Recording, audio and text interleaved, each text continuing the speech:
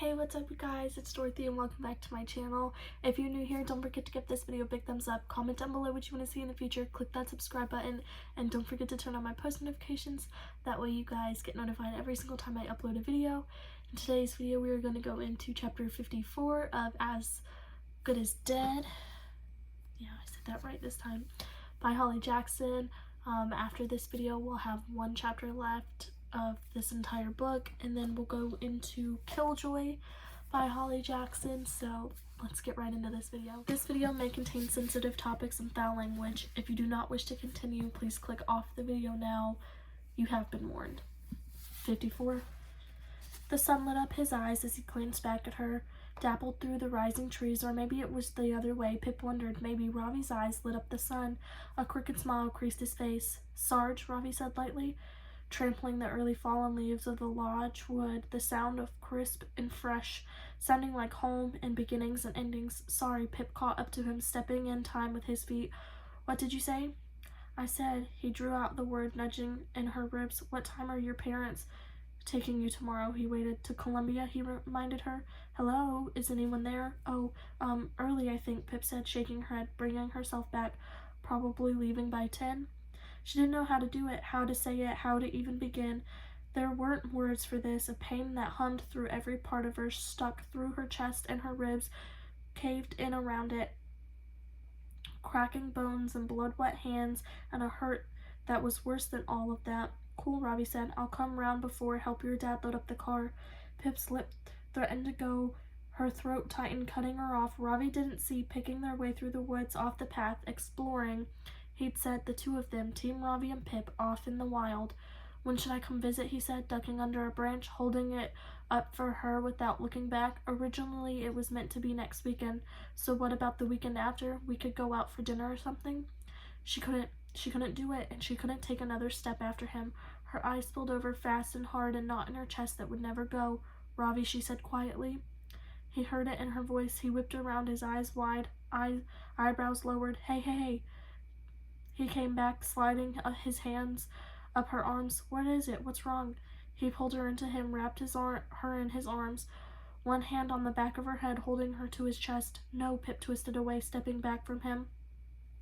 And her body felt like it was peeling away from her, back to him, choosing him over her. "Ravi, you can't come tomorrow morning to help load up the car. You can't come visit me. We can't." Her voice cracked, broken in half by the shudder in her chest. "Pip, what are you?" "This is the last time," she said.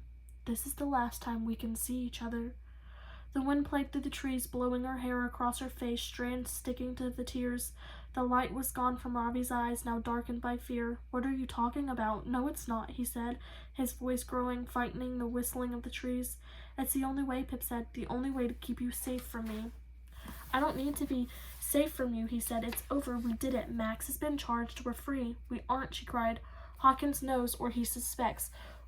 What he said to me outside the station, the idea is there in his head." "So," Ravi said, angry now, "it doesn't matter. They've charged Max. They have all the evidence. There's none against you. Hawkins can think whatever he wants to. It doesn't matter." "It does." "Why?" he shouted, voice desperate and clawing. "Why does it matter?"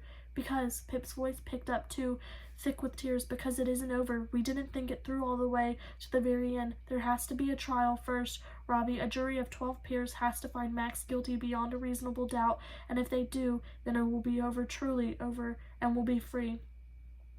Hawkins won't have a reason to keep looking. It's near impossible to overturn a conviction once it's made. Just look at the statistics at Billy Carras. Then we're free." "Yes, and that's what's going to happen," he said. "We can't know that," she sniffed, wiping her face on her sleeve. "He got away with it once before, and if the jury finds him not guilty, what happens then? The case returns to the police to be reinvestigated. They have to have a killer, and who do you think they will? The very first person Detective Hawkins looks into if Max is found to be innocent. It will be me, Ravi. He'll come for me and everyone who helped me, because that's the truth and that's his job." "No," Ravi shouted. "Yes." Pip's breath stuttered. "If the trial doesn't go the right way, I'm going down, and I'm not having you go down with me or any of the others." "That's your choice," he said, his voice catching, eyes glazing. "Yes, it is. You went to Hawkins about the headphones, which ties you into everything. But I know how to get you out." "No," Pip, I'm not listening. He dropped his eyes. If the verdict is not guilty, if the police ever came back to talk to you about it, you tell them I made you do it. No. Under duress, I threatened you. I made you take the fall for the headphones to save me. You suspected what I'd done to Jason. You were scared for your life. No, Pip, stop talking. You did it under duress, Ravi, she pleaded. That's the phrase you'll have to use. Under duress. You were afraid for your life if you didn't do what I said. No, no one will believe that. Make them, she shouted back. You have to make them believe it. No. Tears overran his eyes, catching in the crack of his lips. I don't want to. I don't want this. You tell them we haven't had any contact since I left for college. It'll be the truth. You got away from me. We haven't spoken, haven't seen each other, no communication, but you were still scared what would happen if you told the police the truth, what I would do to you. Shut up, Pip. Stop it, he cried, cupping his hands over his face. We can't see each other. We can't have any contact at all. Otherwise, the duress angle won't work. The police will check our phone records. You're afraid of me, and that's what it has to look like, so we can't be together anymore, she said, and the thing stuck through her chest, cracked open 1,000 cuts. No, Ravi sobbed into his hands. No, this can't be it. There must be something we can. His hands dropped to his sides, a glint of hope in his eyes. We can get married. What? We can get married, he said, taking a shuddering sniff and a step toward her. Spousal privilege. We can't be made to give evidence against each other if we are co-accused. Well, we could get married. No, we can, he said, the hope growing in his eyes. We could do that. No, why not, he said, the desperation back in his voice, the hope gone in a blink. Because you didn't kill a man, Ravi. I did. Pip took his hand, slid her fingers through his the way they always belonged, gripping tight. That won't save you from this, and that just ties you to me, and whatever happens to me, if it gets to that point, they might not need our testimony to push us both away. That is unacceptable. Do you think Sal would want you to do that? Do you think he would want everyone to think you played a part in killing someone, just like they thought of him? Stop it, he said, squeezing her hand too hard. Stop trying to make me. It's not just from you. Sorry, someone started to call me. Where was I? Stop it, he said, squeezing her hand too hard. Stop trying to make me. It's not just from you, she spoke across him, squeezing back. It's everyone. Kara, Nat, Connor. I have to cut myself off from everyone I care about, everyone who helped me, to protect them, even my family. I can't have the police thinking they aided or abetted me in any way. I can't have that. I need to go away from everyone on my own, cut off from everyone until the trial, and even after, if the jury. No, he said, but the fight was gone from his voice now, the tears falling faster. I'm a ticking time bomb, Ravi. I can't have the people I love near me when it goes off, especially not you. If it goes off, he said. If, she agreed, reaching up to catch one of his tears. Until the trial. And if it goes our way, if the jury finds Max guilty, then I can get it all back. My life, my family, you. We can find each other again, I promise, if that's still what you want. Ravi pressed his cheek into her hand. That could be months and months from now, he said, years even. It's a murder case. They can take years to go to trial. Then that's how long I'll have to wait, Pip cried. And if after the wait the jury finds him not guilty, you tell Hawkins you did it under duress. You weren't ever at the scene. You didn't know for sure I'd killed Jason, but I made you tell him about the headphones. I made you say it, Ravi. Under duress, he said quietly, his face breaking in half. I don't want this, he sobbed, his hand shaking in hers. I don't want to lose you. I don't care. I don't care what happens. I don't want to not see you again, not to speak to you. I don't want to wait for the trial. I love you. I can't. I can't. You're my Pip and I'm your Ravi. We're a team. I don't want this. Pip folded herself into him, tucking her face into place. It used to belong at the base of his neck, her home, but it couldn't be, not anymore.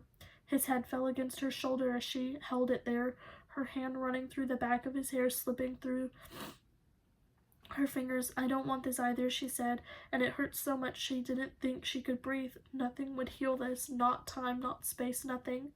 I love you so much, she whispered. That's why I have to do this. Why I have to go and not come back. You would do it for me, she said. You know you would. An echo of Ravi's words when he'd saved her just as he saved her back in the storeroom without knowing it. Now Pip had to save him back. That was her choice, and she knew without a shadow of a doubt that it was the right one to make. Maybe the other choices she made hadn't been. Maybe every decision up to this point had been wrong or bad, untraveled paths and other lives. This choice was the worst of them all, hurt the most, but it was right. It was good. Ravi bawled into her shoulder and Pip stroked his hair, silent tears rolling down her cheeks. I should go, she said eventually. No, no. Ravi grabbed her tighter, wouldn't let her go, burying his face in her coat. No, don't go, he begged her. Please don't leave me. Please don't go. But one of them had to be the first to leave, the first to take that last look, the first one to say it for the final time. It had to be her. Pip unwrapped herself from him, let him go. She pushed up onto her toes, pressed her forehead against his in the way he always did to her. She wished she could take half of it from him, the hurt, take half of everything bad, leave room for some good. I love you, she said, stepping back.